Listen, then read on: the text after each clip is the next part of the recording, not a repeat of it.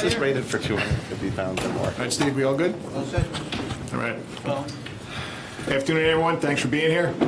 Today, I want to tell you about some of what we put together for our New Year's Eve celebrations. I want to let people know what they can expect as they brave the cold, and it's certainly going to be cold, and head out to Times Square, or any number of other areas where festivities are taking place around the 5 boroughs. In a minute, Mayor de Blasio is going to say a few words, and we have Bill Sweeney, the FBI's Assistant Director in charge of the New York office, as well as our Chief of Counterterrorism, Jimmy Waters, and Chief of Patrol, Terry Monahan. We'll go into some of the specifics about how we secure events of this size and scope, and then we'll take your questions. As we do every year, we began preparing for New Year's Eve just after the final piece of confetti was cleaned up last January 1st. As you know, the men and women of the NYPD do an incredible job of planning for and securing large-scale events like this on a very regular basis. This is part of what we do. But nothing we do in our profession do we do alone. All throughout the year, we work closely with Bill's people at the FBI and our Joint Terrorist Task Force, as well as many other local, state, and federal agencies, including the ATF, the MTA, the Port Authority, and the State Police. It's those professional partnerships that always make our planning successful. All of this helps us deliver on our primary mission of keeping people safe. We want to make sure that the approximately 2 million people who will converge on in the vicinity of Times Square on Sunday night also feel safe. Here in New York, and again, it's always in conjunction with our law enforcement partners, we constantly monitor and assess the threat stream. It's an around-the-clock task and a necessary one. We employ some of the best intelligence analysts who constantly decipher and share data with our partners. Add to that the literally millions of pairs of eyes and ears of vigilant New Yorkers who recognize and understand that to achieve true public safety, it takes everyone doing their part. It's definitely a shared responsibility. You've heard it before, and it definitely bears repeating, that if something doesn't look right to you or makes you feel uncomfortable, call 911 or tell a cop and give us a chance to investigate. I can report at this time there are no direct, credible threats to New York City, to Times Square specifically, or to any of our New Year's Eve events generally. Out of an abundance of caution, however, you'll see a stronger police presence out there than we've seen even in recent years. And that's prudent, given the terror events we've seen and studied around the world, as well as the 3 incidents here in New York over the past 15 months, including the 2 attacks within 6 weeks of one another on October 31st along the West Side Highway and on December 11th inside the subway passage at 42nd Street and 8th Avenue. In the lead up to this Sunday, we've been working closely in recent weeks with the Times Square Alliance, the more than 600 businesses in the immediate bow tie area, and the dozens and dozens of hotels and other venues in Midtown Manhattan. We know from experience that the first spectators on Sunday will begin showing up early in the day. It seems that every year they get earlier and earlier. And in addition to those enjoying the live performances and the ball drop in Times Square, there will also be thousands of Broadway theatergoers and thousands more enjoying private parties, concerts at bars, clubs, restaurants, and other spots around the city. By now, New Yorkers are used to seeing the large counterterrorism presence we've employed at all major events since 9/11. And obviously, Midtown is going to be exceptionally crowded on Sunday. I urge anyone coming into the city to leave their cars at home and use public transportation. If you do drive, you can expect to see safety and DWI checkpoints. The bottom line is this: there will be much the public will see and much the public will not see. And the takeaway from our preparation is this: people will be safe, and they should feel safe too, because the NYPD and our partners are well prepared. This is going to be one of the most well-policed, best protected events at one of the safest venues in the entire world. It will ensure that New York City has yet another safe and enjoyable New Year's Eve celebration as we do every year. Mr. Mayor. Thank you, Commissioner. And Commissioner, I want to commend you and your team for the exceptional preparations that you've made in anticipation of New Year's Eve. Particular thanks to First Deputy Commissioner Ben Tucker, to Deputy Commissioner John Miller, and to Chief Jim Waters for all the work they have done to get everyone ready for this crucial moment. And I want to acknowledge and thank our partner from the federal government, FBI Assistant Director in Charge, Bill Sweeney, who has been a tremendous partner in all we do. I want to say at the outset, we're going to talk about this topic and take questions on this and other police matters, and then we're going to be talking about the property tax issue in light of the federal tax legislation. Just want to let everyone know there'll be an update on that before we go into general off-topic questions.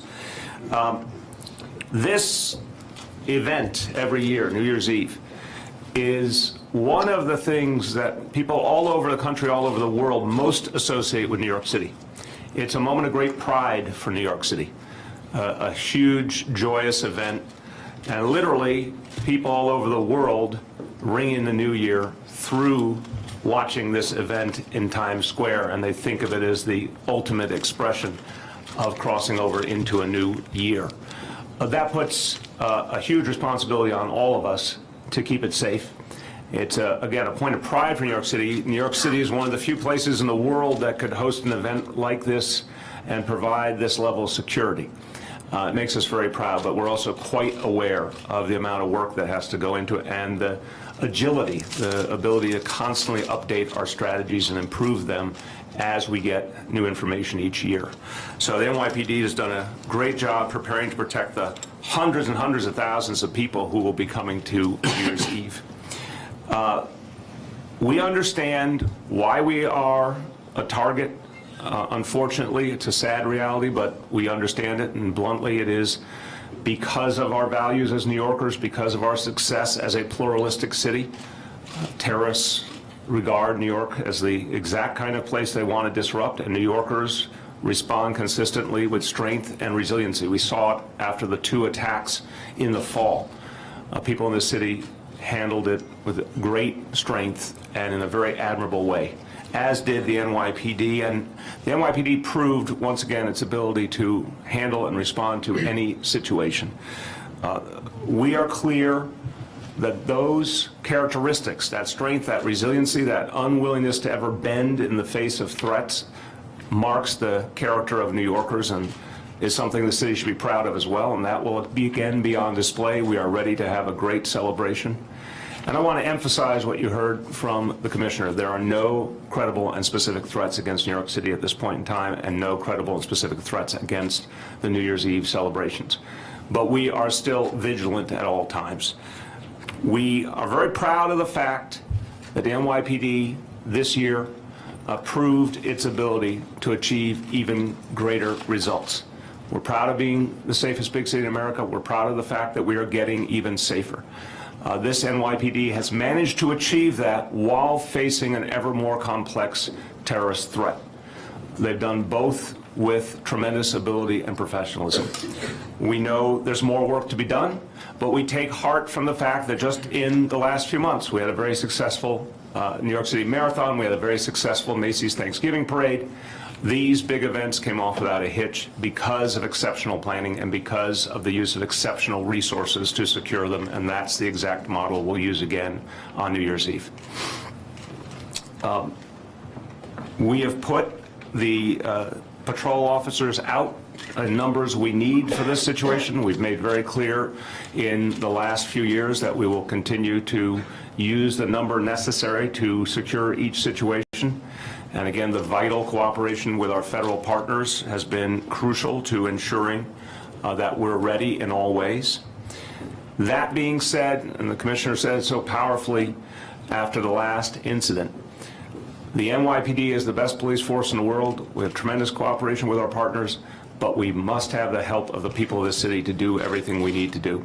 So that phrase, if you see something, say something, that means something. You have to feel that phrase. Any one New Yorker could save countless lives by being vigilant and reporting information to the police. So please, I want to urge everyone, help each other be safe. If you see something, make sure a police officer knows about it. With that, before a few words in Spanish, I want to just wish everyone, all the members of the media, and all New Yorkers a very happy and safe New Year. We're all looking forward to great things ahead in 2018. And it's going to be a cold New Year's, but we'll have a warmer New Year ahead. In Spanish, la noche de Año Nuevo es una tradición muy grande de nuestra ciudad. La policía ha hecho un trabajo extraordinario para garantizar la seguridad durante la celebración en Times Square. Pero los neoyorquinos también tienen que hacer su parte. Por eso, si ves algo, di algo. Les deseo un muy feliz Año Nuevo. With that, my pleasure to turn to Chief Terry Monahan. Thank you, Mr. Mayor. Planning for this event began January 1st.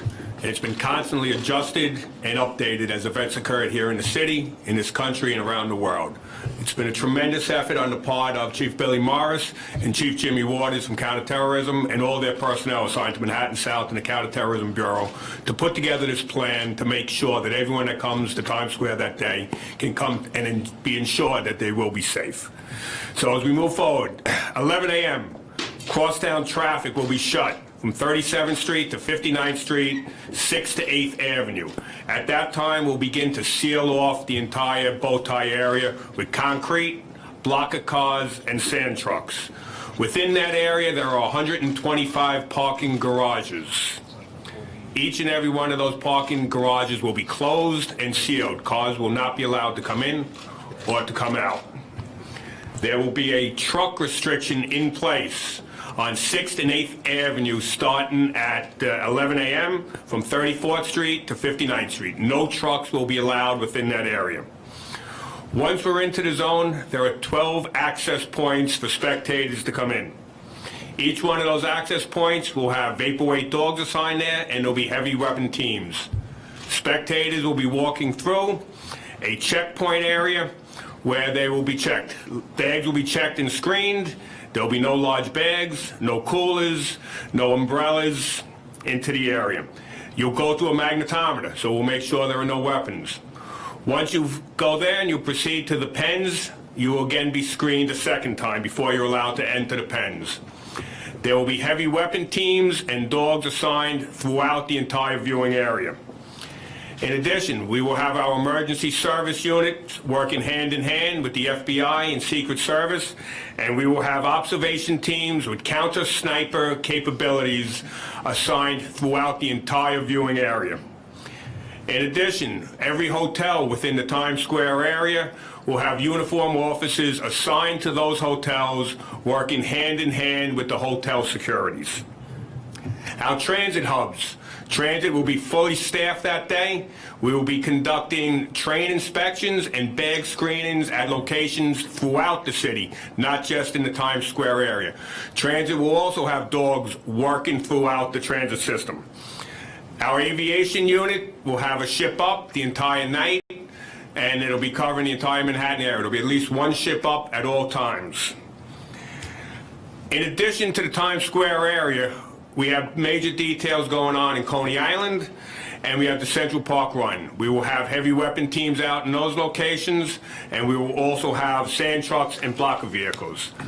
There are numerous other events taking place throughout the city, and we will also have coverage at them. Every precinct, housing, and transit facility throughout the city will be fully covered, and the commanding officers of each and every one of those units will be working that evening.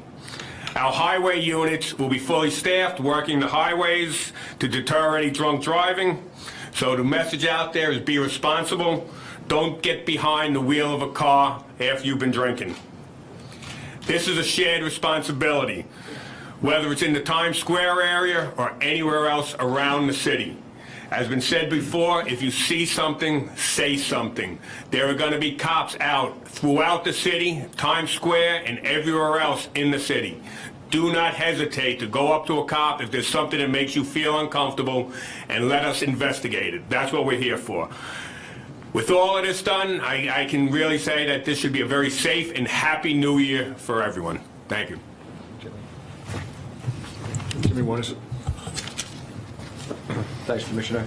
As the mayor and the police commissioner have already said, there's no specific or credible threats to the New Year's Eve event.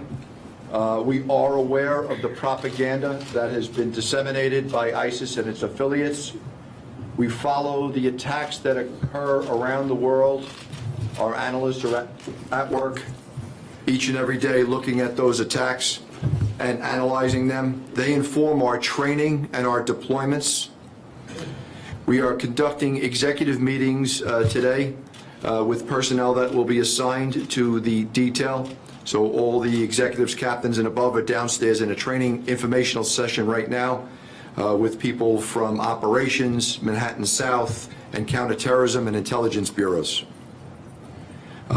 In addition to that, as a result of the events of December 11th, We have prepared a tactical bulletin, a response to suicide bombers, that will be disseminated to the police officers starting tomorrow in preparation of Sunday's event. These will be some instructions and some level of training. We also prepared a training video that they'll be able to see. And with the latest of technology, they'll be able to review both the tactical bulletin as well as the video on their department phones. You will see an increase in heavy weapons, bomb squad personnel, radiological detection teams, and our technology to include over 1,000 cameras in and around the area of Times Square for the event. So very briefly, I'll take you through a quick visual of what one would see if they were to come to the event on Sunday night as they access one of the access block points. They will first walk past the sanitation sand trucks and NYPD blocker vehicles that will be positioned at the intersection of 6th or 8th Avenue, as well as they will see some NYPD cement block out there. They'll walk past a vaporwake dog, which works off the air displacement off one's body, and so those dogs will be deployed at all those access points. They will go through a magnetometer, or they will be wanded for weapons. And at some point, they will come to a table where they will have their bags inspected.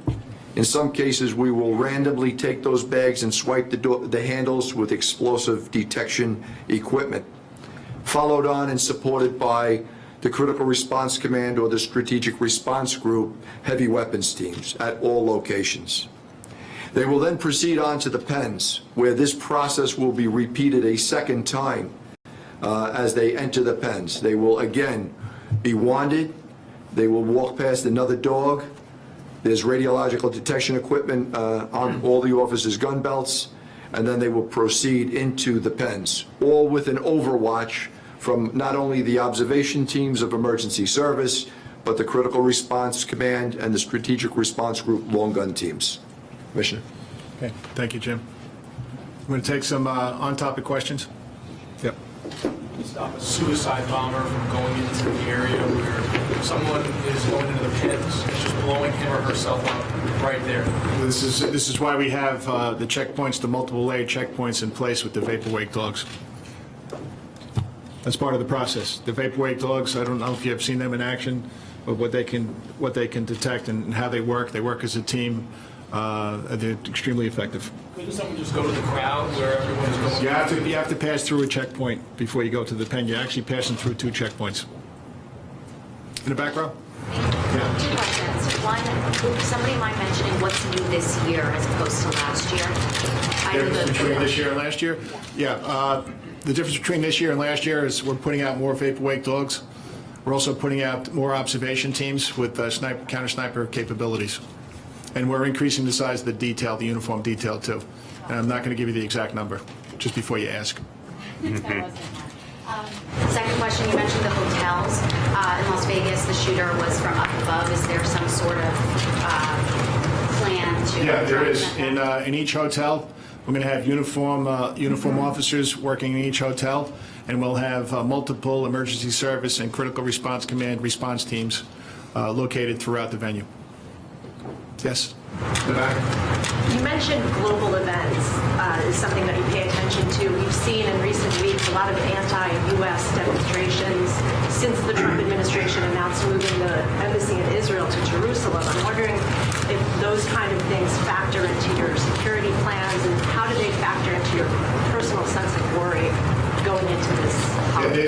Yeah, there's a tight ring around the bow tie area. It actually goes from 40th Street all the way up to Central Park South from 6th to 8th Avenue. So it'd be very difficult for a large demonstration to get into that area. But this is something that we constantly monitor. But in terms of your worry about that fueling interest in an attack. Guys, New Year's Eve, I've been doing this for a long time. There's been ups and downs in this country for a long time. It's something that we pay attention to, but it's not something that causes me great worry at this time.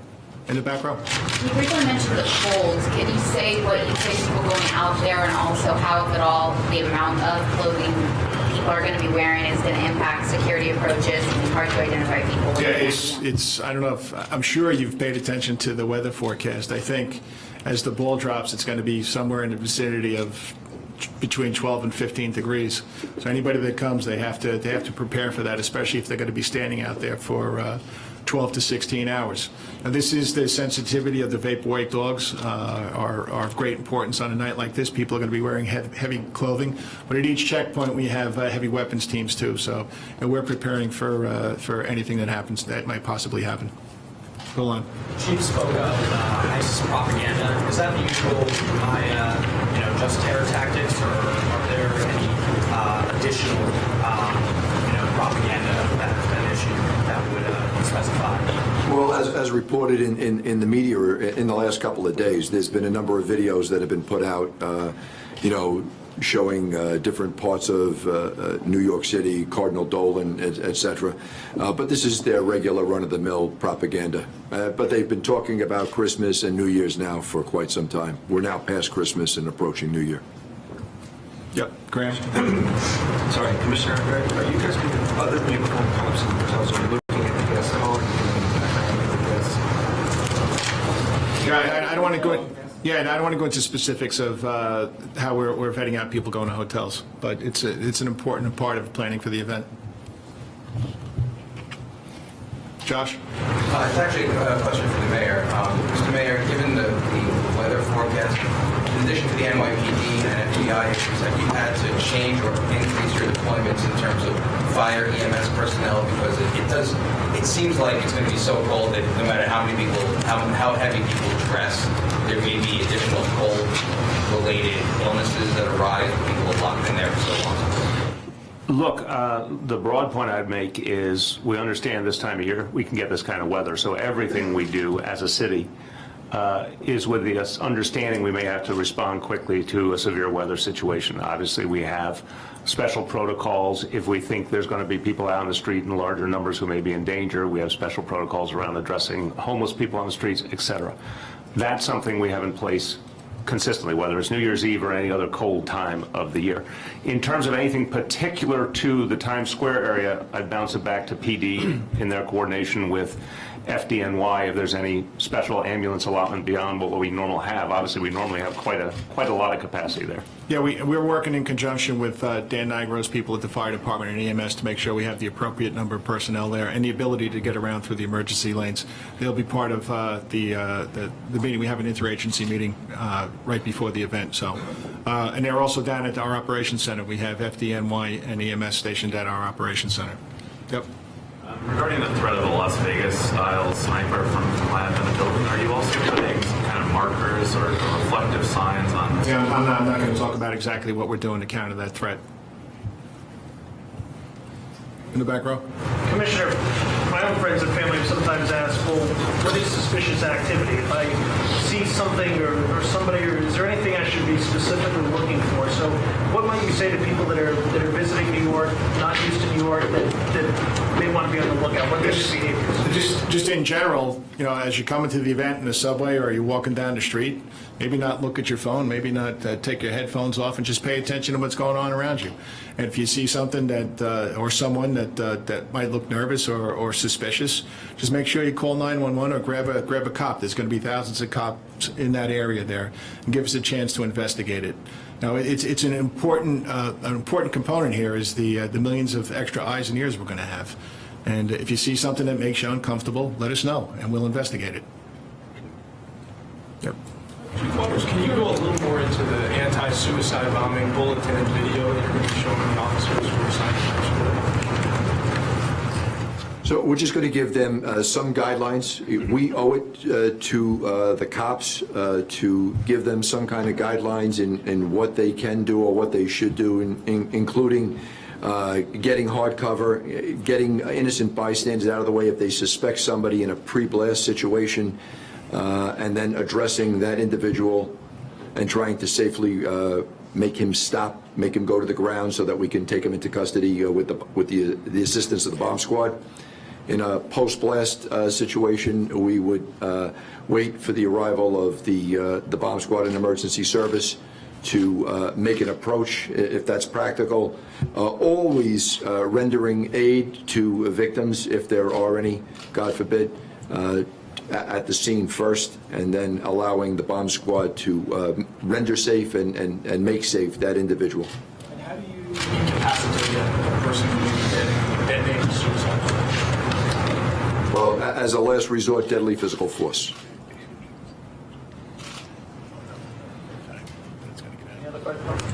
Yep, in the front row, Colleen. You might have already answered this. I'm sorry. It might have been Graham's question, but are you working with the hotels specifically to do some sort of screening ahead of time for people who are staying in the... I'm not going to go into specifically who and how we're screening, but I will tell you that there are going to be uniformed detectives assigned to each of the hotels. And that's not just on the day of, it's the days leading up to. Okay? Down the front row. Do you also have people in the office buildings surrounding the area? You know, we're working closely with the private buildings, the corporation buildings in the area. Yep.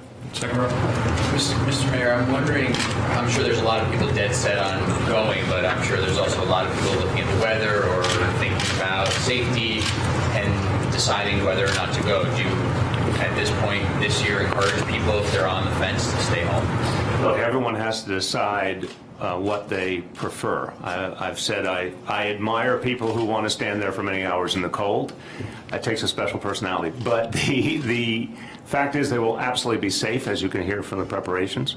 But I'd say this much: if you're going to venture out, bundle up, wear long underwear, bring hand warmers, all those basics. Take the weather very seriously. I'm not going to tell people what to do, but I'm going to tell them if they are going out, be really careful and take precautions. In the last row. Sure. Commissioner, is there an official crowd estimation number and how the weather might be playing into that number at all? I think last year, Terry, we went with 2 million. Yeah, 2 million. In the vicinity of the bow tie area. So, what was the second part of the question? If the weather is factoring into a crowd estimation number for this year at all? We don't do pre-estimates, so we'll see. There's a lot of brave people in New York City and the United States, so I'm sure there'll still be millions of people in Times Square, no matter how cold it gets. Yes. Can you put a cost estimate on all these police preparations for you? I don't have that right now, but we can get you a round number. In the back row. For any of the NYPD brass up there, have any of you ever worked the event from a foot control perspective? From what? From a foot control perspective. Yeah, I think we all have. Were you in New York City in 1996 when it was 15 degrees? Sure. Yeah, I think we all worked that detail, and we still have pleasant and unpleasant memories from that night. It was cold. Was the overtime worth it? I was on straight time. On New Year's Eve, related question. Yep. Commissioner, you are the mayor. The resources, there's been some talk about federal resources for running the city. Do you have the money and resources that you need to do all this year? Are you confident you have what you need? For New Year's Eve? Yeah, absolutely. And then working in conjunction with our federal partners. I know I talk about Bill and the FBI all the time, but we also have the Secret Services helping us too. So we're getting plenty of help from the federal government. Anything else? All right. Go off topic on NYPD? Yes, sir. Yes, sir. Do you attribute the drop in murder rate recently to community policing efforts? And if so, can you speak to what specific aspects of community policing are responsible for it? That would be an excellent question for our year-end crime press briefing next week. But I will speak generally that I do. I think it's all about building relationships with the people that you're sworn to protect and serve. We're up and running in 51 of our 77 precincts, and we're up and running in all of our housing PSAs. And it's definitely helping us reduce crime by establishing those relationships and making them better and better every day. The community, we're getting positive feedback from the community, and we're getting positive feedback from the cops. I think those two combinations are going to help us continue to reduce crime. I just want to jump in on this. I want to keep emphasizing neighborhood policing is leading to many more New Yorkers sharing information with the police. Just like we talk about, if you see something, say something. A lot more people are offering the police tips, are offering them, information that stops crimes even before they happen in some cases. So there's no question in my mind that neighborhood policing is a major contributing factor to the huge decline in crime we've seen. Lenny? Commissioner, what's holding up the appointment of the new chief of the department? We heard Nothing's holding us up. We haven't decided anything definitive yet. We just want to get through New Year's Eve. Terry's the chief of patrol, who historically has been in charge during the New Year's Eve celebration. So this will all be settled up in the first couple of weeks of January. Willie? The mayor just said that a lot more people are sharing information with the police. Do you have something that quantifies that? What do you measure that? We can measure that and reduce crime. The number of contacts, I'm probably not going to have a number for that. But I'm going to ask the mayor, how do you quantify what you just said? Because I've talked to so many neighborhood policing officers and community leaders who have given me numerous examples of information they've gotten has helped them to fight crime, and have made clear this was information they often didn't get in the past. It's a fair question to say, how are we going to show the results of neighborhood policing over time? And as you know, it's being studied in different ways.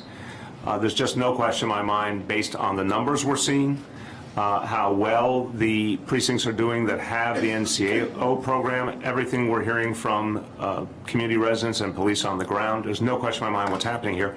But I do think it's important that we show objective analysis over the coming months and years to help people understand just how big an impact there's been.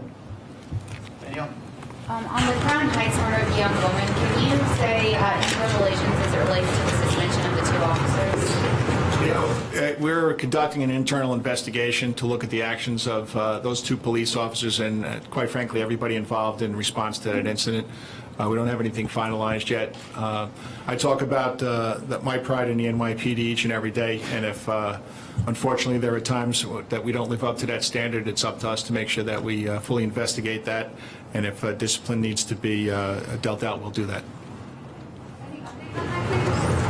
Any updates on the case at all? Bob Boyce, Chief Boyce, will talk about that. Bob. Hey, good afternoon. I do have an update on the case. Last night we were able to apprehend, with the help of the New Rochelle Police Department, Barry Wells. At about 6 o'clock last night, we brought him to Montefiore Hospital in the Bronx to get checked out because he had mentioned that he tried to commit suicide. He did not. We also met with family members and friends who also helped us bring him in. It was important that we did that. Right now he's at the 7-7 precinct. We're awaiting the results of the autopsy of Tony Wells. He does have one prior arrest for assaulting her in Manhattan. That was in September of this year. He was out on $5,000 bail on that case.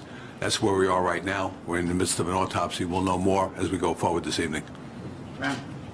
Chief Boyce, can you say a little bit more about the two DIRs related to this company? Sure. We have the one DIR, of course, from the assault in Manhattan, and another one prior to that, also in Manhattan. We made the arrest on the one. The other one was for harassment. So there was no arrest made on that. Can you speak a little bit louder? Sorry, the dates. I can get you that. One was the date in September, I believe. The other one was sometime in the springtime. They had been married sometimes, I think, since April of this year, and they had been going on their problems. Mr. Wells did make statements to us in regards to the problems they were having. Ashley? I want to ask two questions on that. One, can we just get a rundown of what happened yesterday morning, particularly with the response? And then, was that couple under any sort of monitoring by the NYPD under your domestic violence initiative to check on recidivist households? We do have a recidivist household list. They were not on it, from what I understand.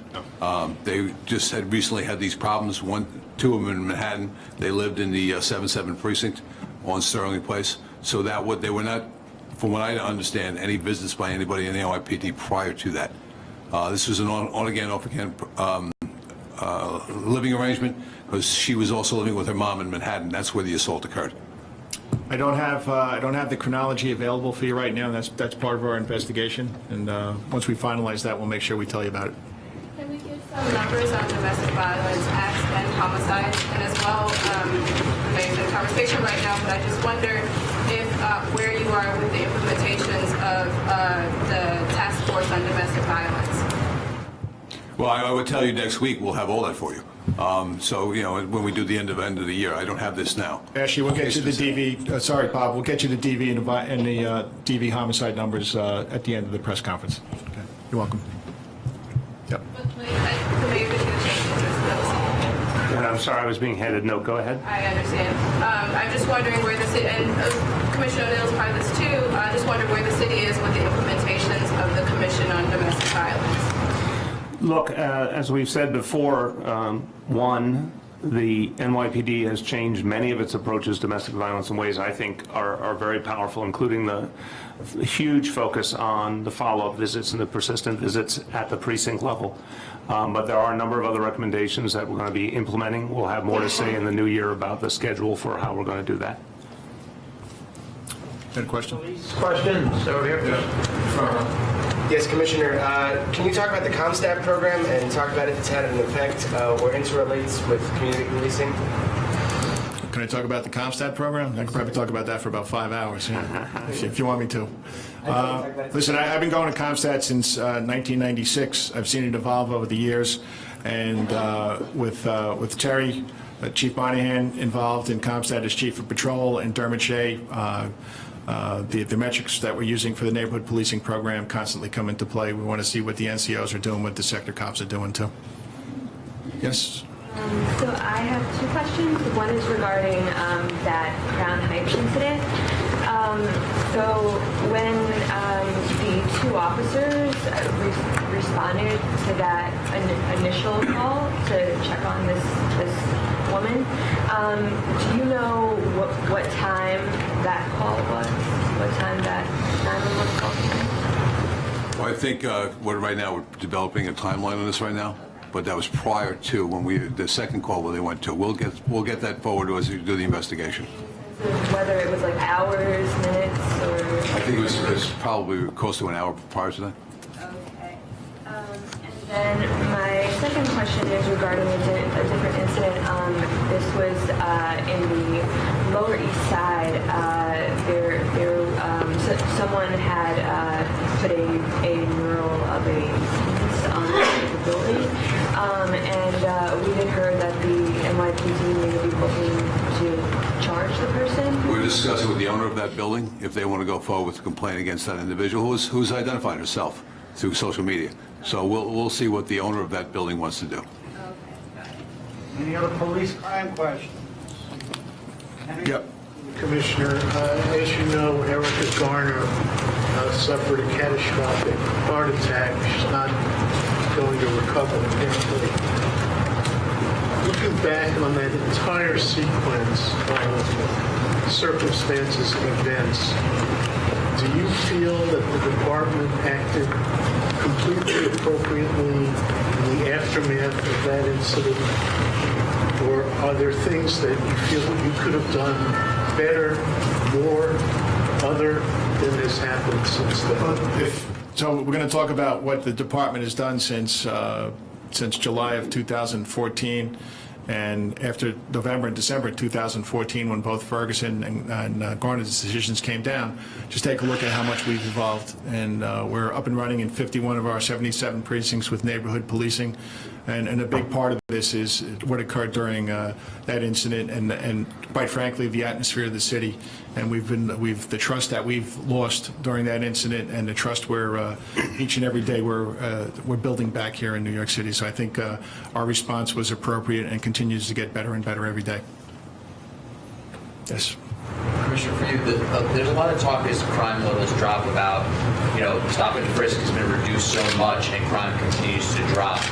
But how do you think about sort of the arc of the use of stop and frisk? Do you think that the current numbers could have been used 8-10 years ago and you would have still seen the drop? I'm not going to talk about what could have been in prior administrations. I just know how it's being used now. And this is something that we concentrate on each and every Thursday morning at ComStat to make sure that all of our enforcement efforts are directed at the people involved in the violence and crime. And I think Stop and Question is being used properly now. It's a constitutionally tested tool that we have to continue to use each and every day, but it has to be used appropriately. But was there a time in the city where you feel like a much higher volume of its use was necessary? I'm talking about what's happening now. I'm not going to talk about what happened in prior administrations. Wrap up on police right now, and then we'll move on, okay? Yes, sir, in the second row. Looking at hate crimes, hate crime numbers this year, I asked about this last month as well, but through this Sunday, the 24th, they were down very slightly compared to the same period last year, but still not quite back down to where they were in 14 and 15. I've spoken with some academic folks who study hate crimes across the nation. They said there appears to be kind of this sustained increase. The spike that was seen after the election last year has sustained itself to some degree. I wonder what you make of that assessment, and if, again, if there are any new or different tactics you're taking in terms of hate crimes, or Okay, Bob, I want to talk about the hate crimes task force and the things that we've done. Sure. We have the largest hate crimes task force in the country. We have the largest police department in the country.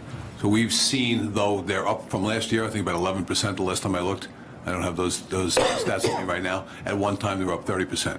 So there's been a gradual, even though it's still up, a decrease.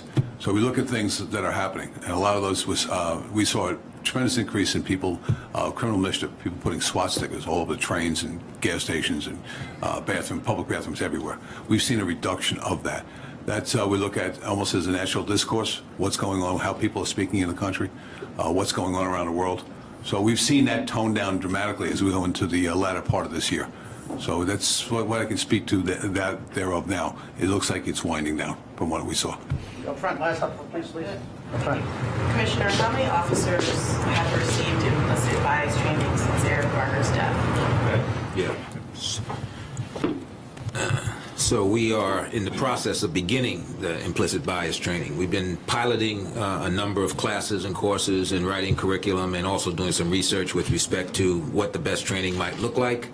Most recently, 2 months ago, we finalized a contract with an organization who will do the training. So that training will begin for sergeants, supervisors, recruits, as well as the executive staff, not necessarily in that order. And we will train everyone, the entire 36,000 officers, by the end of 2019. And that training will begin with as I said, recruits, executive staff, senior executive staff, sergeants, lieutenants, and so on. Sorry, when does that begin? That begins probably late January, early February. Okay, let me get a few seconds just to transition, if you don't. Mr. Sweeney.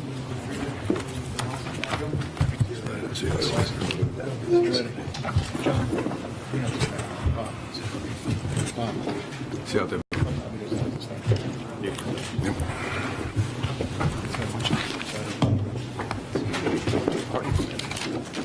That's good. Okay. Last chance, guys. All ashore if you're going ashore. A little nautical phrase there.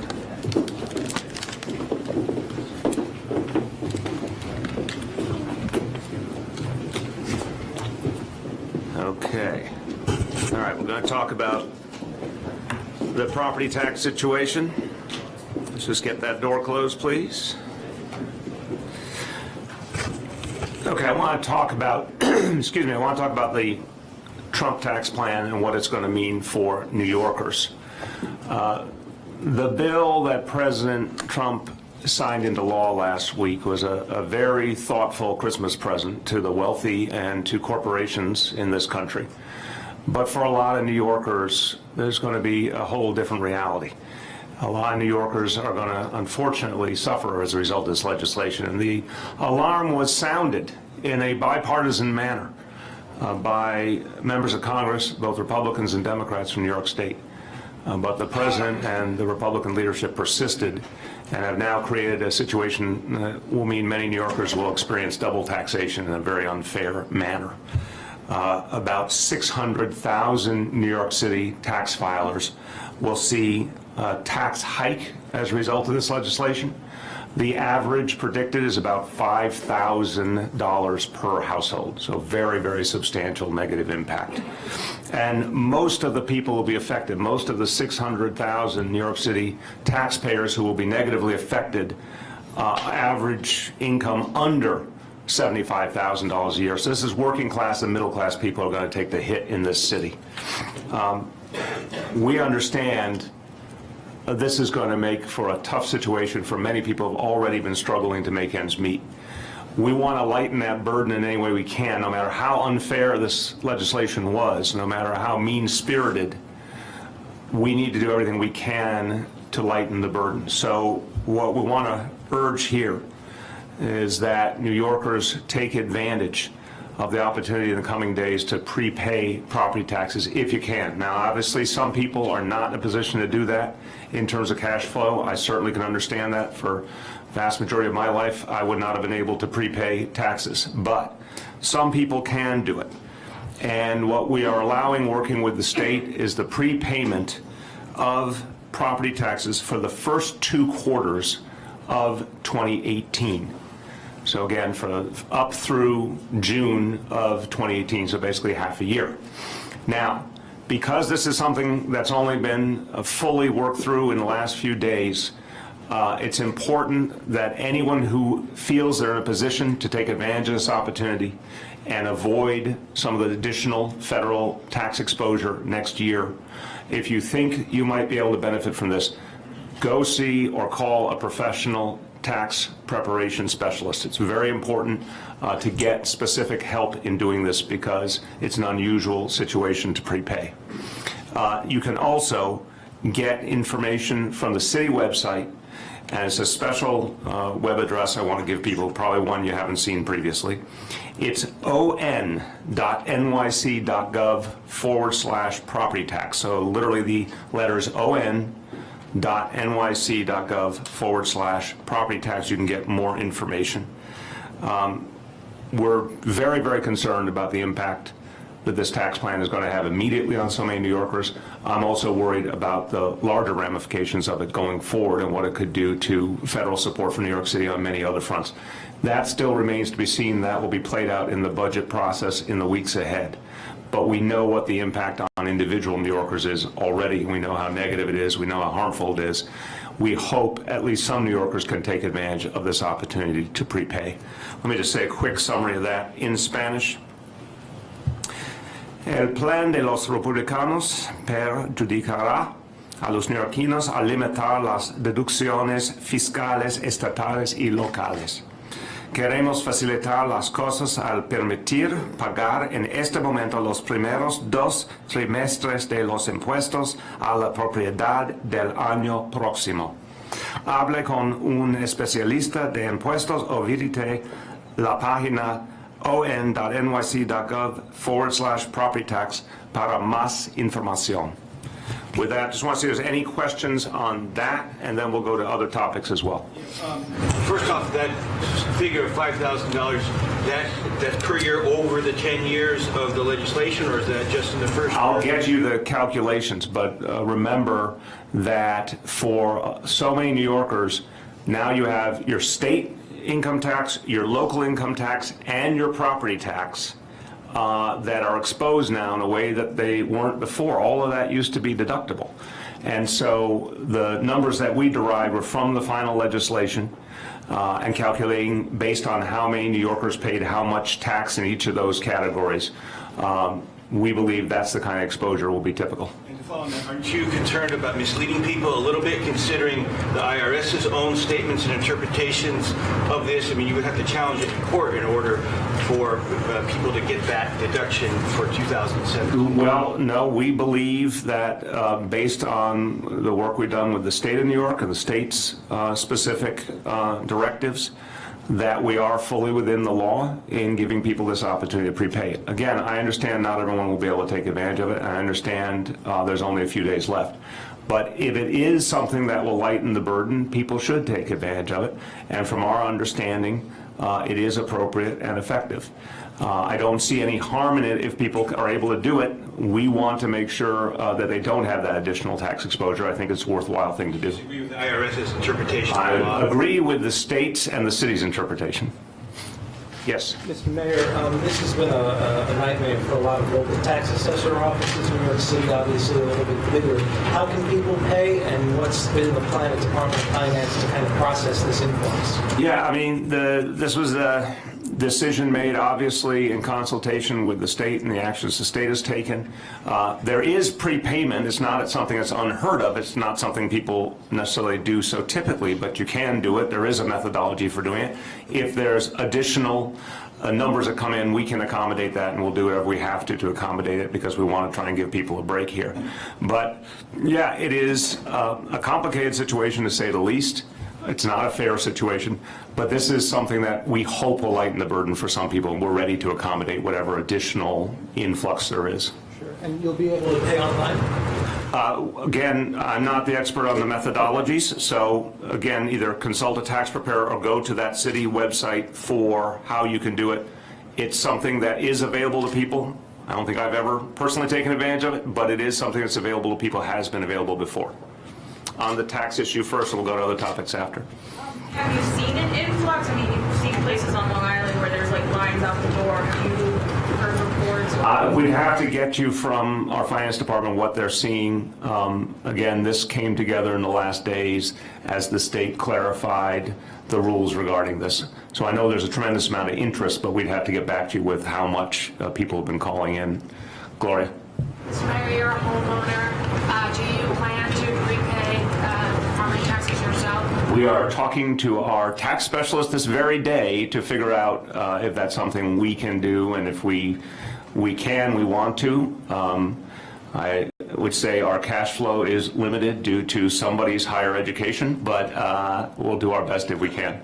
You've also spoken about wanting to take on the property tax system as part of your second term. Correct. Does this bring any urgency, and is the administration working on that plan yet? Remember, we are working on the plan, and we'll have announcements on it in the new year. But the goal, I've said this at a bunch of town hall meetings to a bunch of homeowners, the goal is to create a more open, transparent, consistent plan around property tax, but not one that reduces the overall revenue of the city. I think it will still be significantly better to have a more rational and transparent system. But if we reduce revenue in any substantial way, that affects our ability to provide policing, education, sanitation, everything. So I don't think it's fair to say it will solve the problem created by the federal tax law. I think it's much bigger what has been created by the federal tax law. But I hope at least it'll make our system work better. And the urgency is the same. We want to get it done as soon as possible, but Gloria, you understand it'll take both state and city legislation, and that's going to take some time. On the tax issue, yes. A couple of things. You mentioned that for the 600,000 people who are impacted, that the average income is less than $75,000 a year. Do you have any more information in terms of, a profile of these taxpayers, these folks who itemize their deductions? Are they getting actually hit by the limits on property taxes, or are they taking it on their income tax payment? Our folks can get you whatever background we have, but we do know, look, a typical New Yorker pays state, local, and property tax if they're a property owner, obviously. So they're going to be hit across the board. And even if someone, we're talking today about one thing we can do, which is about property tax, and one of the areas where we think we can provide a little bit of help. But even folks who don't own property still have a lot of exposure in terms of the two income taxes. So it's a very, very serious hit on New York and on other parts of the country. 100 million New Yorkers took advantage of the deductions allowable, whether state taxes, local taxes, or property tax. And as we talked about during the whole debate over the bill, it's something that's been in place since 1913. A mainstay of Democratic and Republican administrations alike was to allow for this deductibility. So this is going to be a shock to the system. I think one that's going to be seen by a whole lot of people as very unfair and very arbitrary. We're going to do anything we can do to help, but it's a really broken piece of legislation. You mentioned the kind of future possible impact on the city budget when mandatory cuts roll around at the federal level. State Controller released a report last week that called the tax bill the biggest threat, essentially, to the city budget since the Great Recession. I wonder, now that the bill has been passed and signed and you know it's happening, what's happening on the budget side as you go into budget? We have to see what the impact will be in the budget process. I mean, obviously, the Congress is coming back on a continuing resolution. That's going to tell us something right away. But it's exactly the same plan that we've enunciated from the beginning. We have heavy reserves. We're going to protect those reserves. We'll be ready for anything thrown at us. I maintain hope that the new U.S. Senate, the 51-49 U.S. Senate, will help a little bit. I certainly think Senator Schumer's leadership helps a lot. So I'm going to hold out hope that there are still budget battles that can be won. And remember, it's going to be an election year for the majority in the House and Senate, and they may want to think twice about some of the things that they would love to cut. Maybe they wouldn't love to cut them so much when they think about what their constituents feel. So this ball game ain't over. It's a serious threat, but we're ready for it. On the tax bill, anybody else? Yes, sir.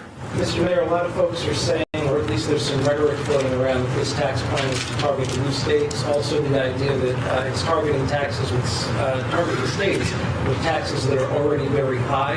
Your thoughts on that? The blue state targeting and Well, I'd say a couple things. I believe there was some conscious targeting. I believe it was political and arbitrary, and I believe there were certainly some who loved the idea of attacking government in all its forms, right? So if you talk about states that have stronger governments and provide more policing, more education, more services to their people, there are ideological Republicans who certainly want to see those governments undercut and limited in every way possible.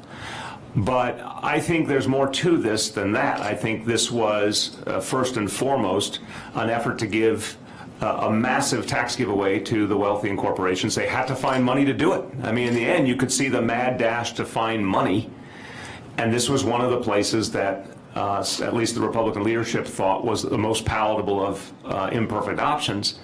Very cynical, you know, to take an action that hurts working class and middle class people and then take the vast majority of that benefit and give it to the wealthy and corporations. About 81% of the benefit goes to the top 1%.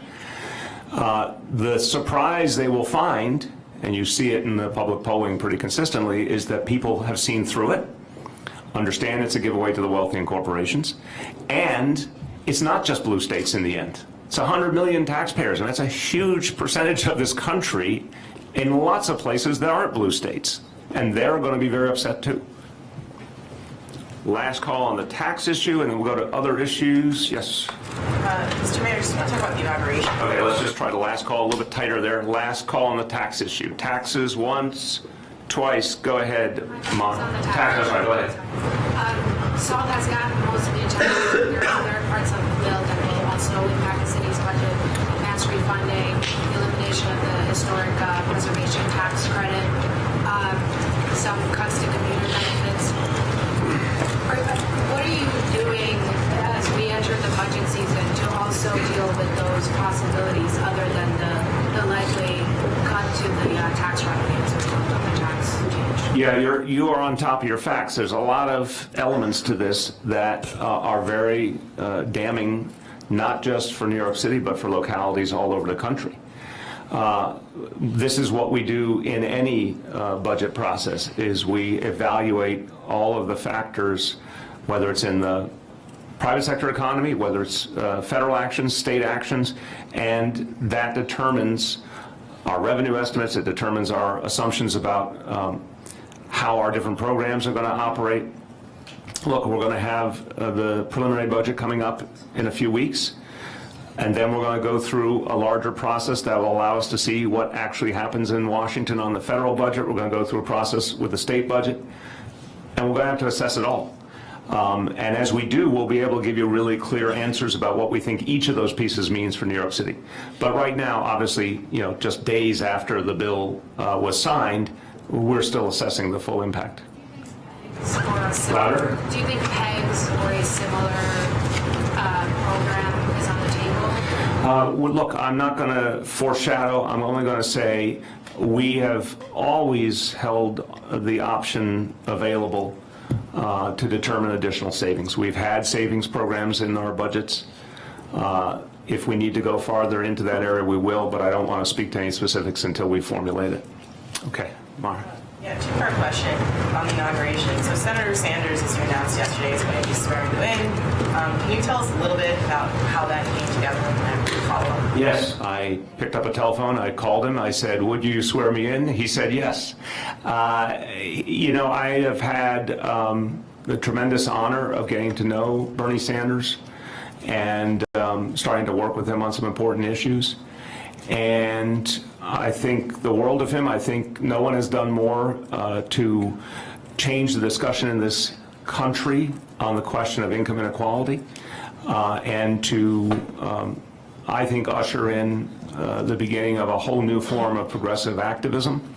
And to me, I thought about the moment, and I thought about what I wanted to say to people in this moment as I start a second term, and I wanted to make very clear that we remain committed to addressing income inequality and creating a fairer city, and no one personified that better than Bernie Sanders. And on top of that, he's a born and bred Brooklynite and very proud of the city he comes from, and he still feels very attached to New York City. As I saw when I had lunch with him at Katz's Deli a few weeks back, he feels a very, very deep connection to his city, and I think that was something that meant something to him. I won't put words in his mouth, but I think because it is his home city, it took on some added value to him. Okay, and then as a follow-up, have you received a response to the invitation to former President Bill Clinton, Hillary Clinton? Do they plan to attend? I have not heard of a response, but our team can update you. Any other questions? Yes. Mayor, I wanted to go back to the topic of NYCHA and lead tests and notification of tenants. We had a couple of stories this week. One was a case of an apartment that had been checked for lead when it was vacated. NYCHA says it was abated. Tenant moves in, isn't told because NYCHA says the lead is fully abated and removed. In the coming years, the child who lives in the apartment tests for high levels of lead in her blood. And of course, knowing what we know now, that some of these abatements were done by people who were not certified to do them. Are you concerned that people who moved into apartments that were abated before October, when people didn't have the proper licenses at all, in all of these abatement situations, or in some of them, are you concerned that those people weren't notified that there had been abatement activity in the apartment before they moved in? And then I have another one. First, I'm concerned about children, and I'm concerned about people's health and well-being across the board. And we're not going to stop until we feel we are addressing this issue in every conceivable way as effectively as possible. Second, I want us to do consistently a better job at communicating with the public and with the residents on these issues. That being said, respectfully, the Daily News story was just plain wrong and conflated a number of different things in an inaccurate fashion.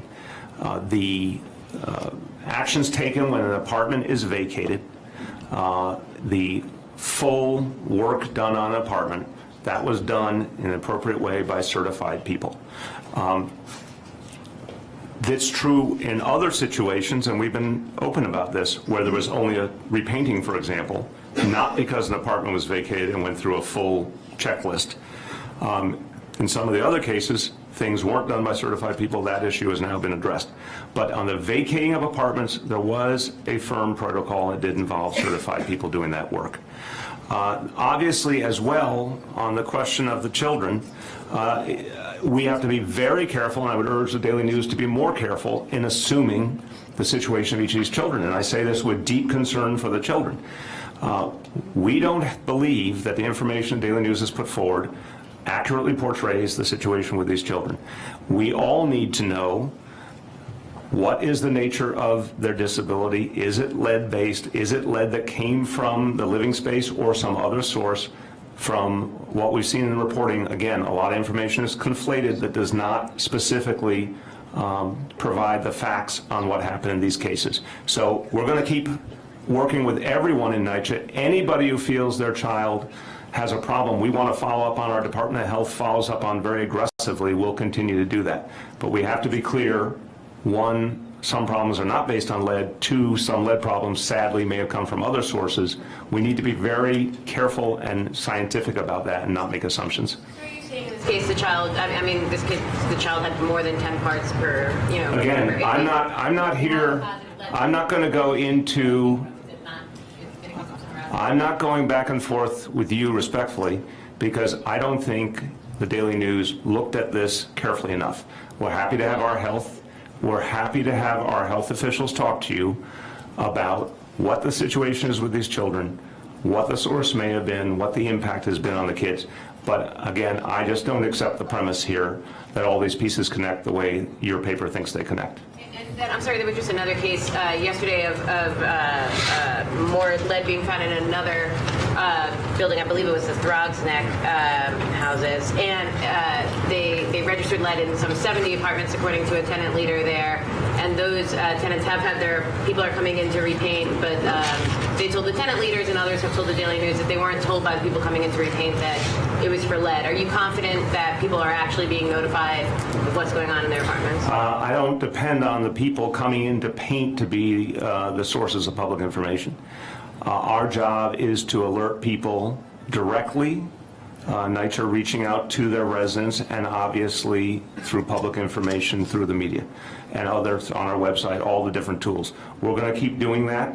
We did that recently when we came forward and said we need to do more on the common areas. We put that out. We alerted residents. We're going to keep doing that. I don't know about this case. We'll have folks look into that.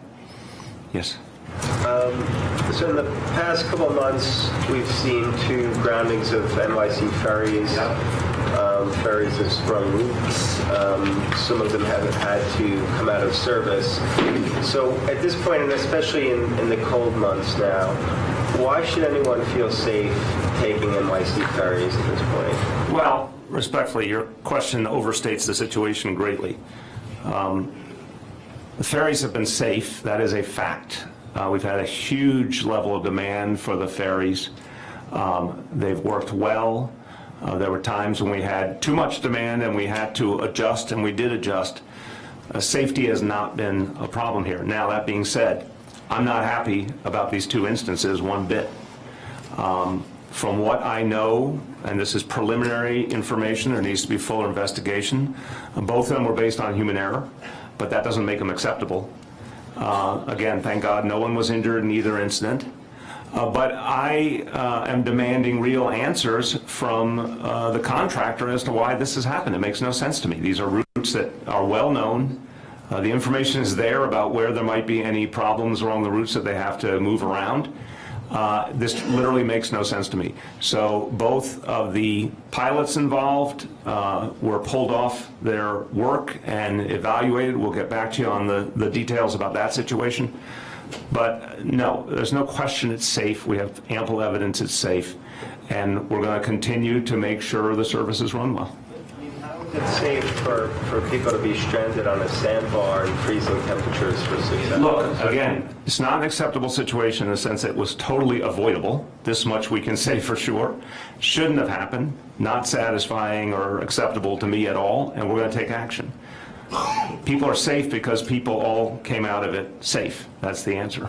Follow up to that question. Do you think that, does this reflect at all that you might have rushed to get the service done, whether it's the design of the boats, the staffing? No, just, let me again, respectfully, I just said very clearly from what we understand, and we'll continue to look at, both instances were human error.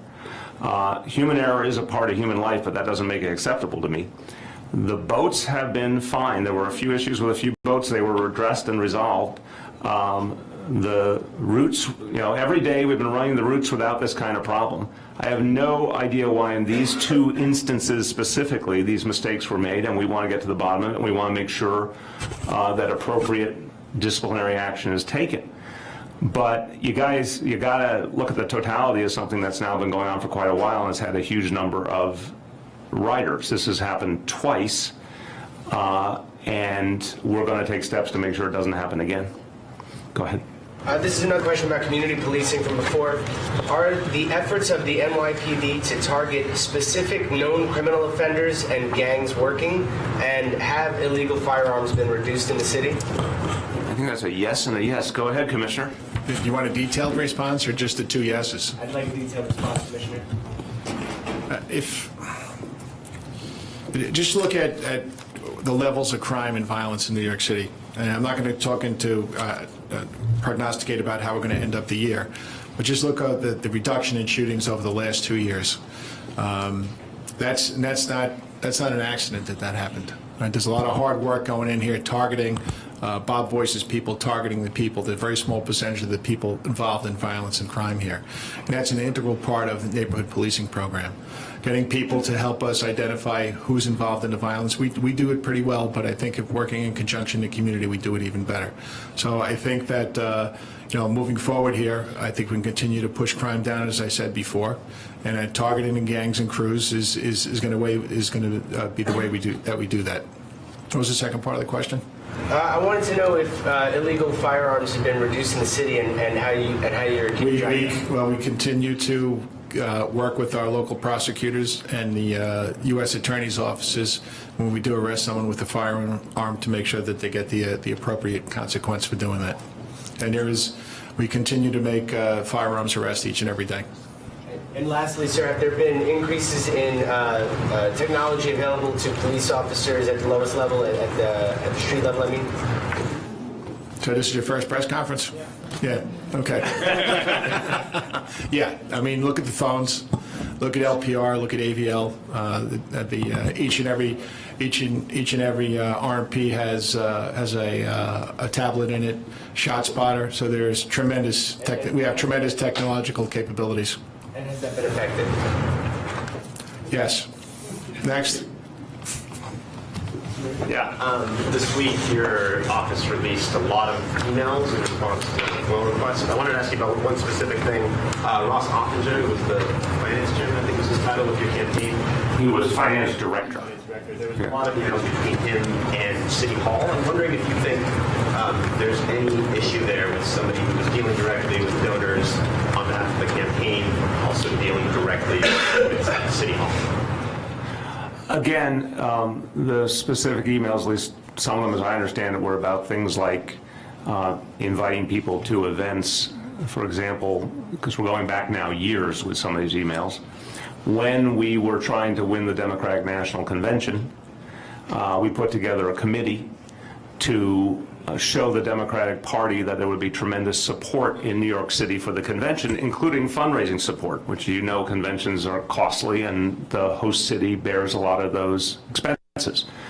So it was natural for someone who had been the finance director, he came on toward the end of my 2013 campaign as the finance director, that someone in that position would provide names of people who should be invited to such a meeting. I think that's quite normal. Yes? A couple of things about the inauguration.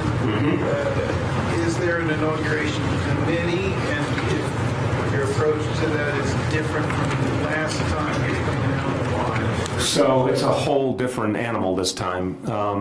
Last time was first inauguration, a new administration. Obviously, for a lot of us, particularly important, first Democrat in 20 years, there was a lot of effort put into having a big and important public event. This time with a second term, I think it's a whole different reality. We've had a mandate, I've said it from the beginning to my team, to keep it as modest as possible. We're not looking to do anything fancy here. And I think it's going to be a great event. We're going to try and keep it very time efficient given the cold weather. But I think it's going to be a great event, but we didn't need to put together a committee or do any of the things we did last time. And the second part is, are you raising money to pay for the inauguration, and explain how? Yeah, my team can get you details, but a small amount was needed. A certain amount of expenses can be paid for by the city, as was true last time. Other expenses will be paid for through, again, we're forming a committee, but not forming, a leadership group, if you will. Just literally a entity that can take in donations and pay whatever needs to be paid for with private donations. I think it's going to be a small amount in the scheme of things, but we'll get you that exactly. But are you personally doing the fundraising? I've done a few fundraising calls, yes. I guess, just quickly to follow up on that before I get to my question. You've done a few fundraising calls. Can you give us a couple of examples, types of people? It's the same thing we do with the same rules as for the campaign finance board normal elections, and everything follows the same, literally the same contribution limits, same rules, same restrictions, same disclosure concept. You'll see it all when it all comes out. My questions are looking ahead into the early parts of the new year. We didn't see this as much last year, but 2 years ago, the governor tried to offset some costs to the city. Yes, he did. Good memory. And the governor's office has referenced the city surplus multiple times around the MTA and other things. Is that something you're actively in discussions with them or trying to preempt? Is another attempt to offset some costs? Yeah, I've been talking to the governor. Look forward to having a broader conversation with him as he prepares for the state of the state. I'm hoping for a good faith situation where there's a lot of communication and coordination. I don't know of any particular cost that is being suggested be taken up by the city, anything new that we haven't heard before, if I could say it that way. And I've been very clear, and I'll say it 1,000 times if I have to. We understand the threats facing us. We used to think the primary threat was economic downturn. Now we think the primary threat is policy changes in Washington. But we also know the economy could turn. We've seen that before. So we have very heavy reserves, and we're going to protect those reserves at all costs. And the notion that we have strong surpluses is not an open season call for New York State to raid New York City's resources. We need them because if anything goes wrong, if we sustain federal cuts, we will also sustain state cuts.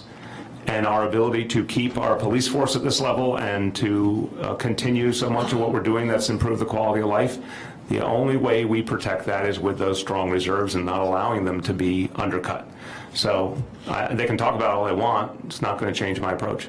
Just last, I'm wondering if you have any New Year's resolutions. I want to do better work in 2018. I am blessed in terms of my family situation, and I feel wonderful about everything going on in my family and my wife, my children. We're at a really good point in life, but my hope is to do better work in 2018 and keep learning and keep growing.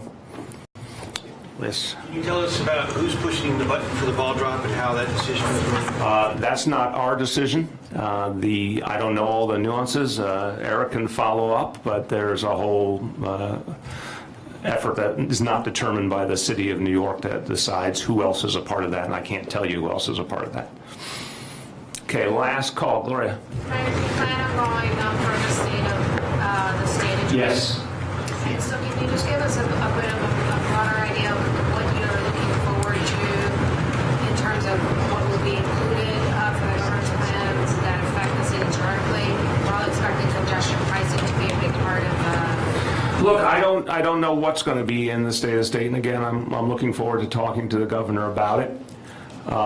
If there is some kind of plan put forward to fund the MTA, I welcome any plan being put on the table. I obviously believe fundamentally the millionaire's tax is the best way to go, but I welcome any other plan being put on the table because it will further the whole discussion and hopefully lead to resolution.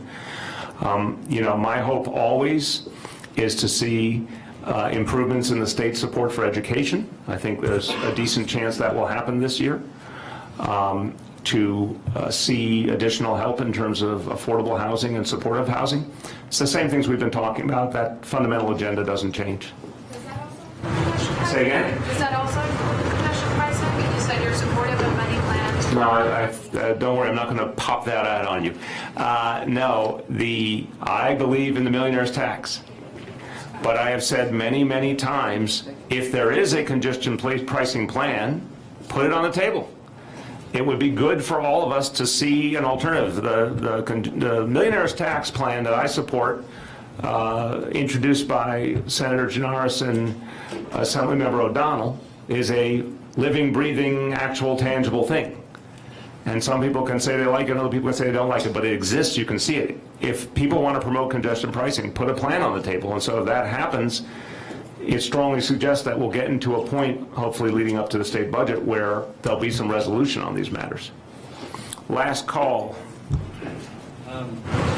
Erica Garner was brought up earlier. I'm wondering if you have spoken with her family at all, or what words you might offer to them. Yeah, it's a very, very sad situation. I saw her grandmother very briefly at the National Action Network event on Christmas Eve, but actually on Christmas Day. But It's a horrible tragedy, and the family's been through so much, and this is very, very painful. She just gave birth to a child months ago.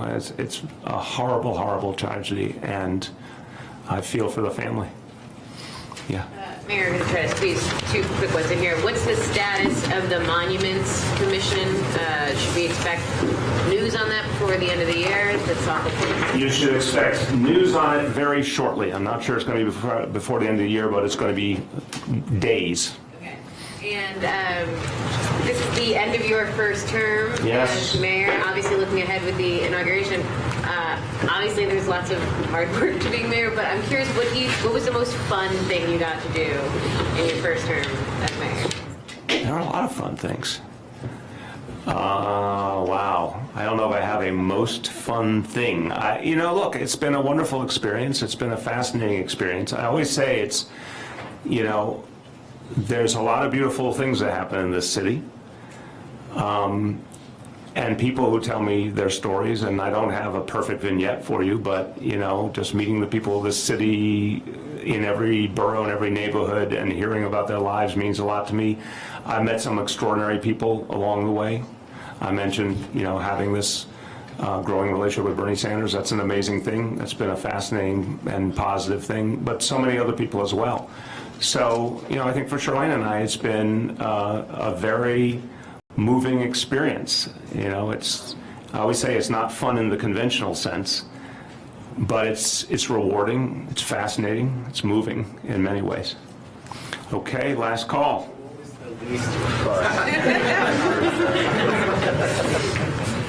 I'm not even going to take that question. I'm going to show discretion and say a very happy New Year, everyone. Happy New Year, everyone. Happy New Year.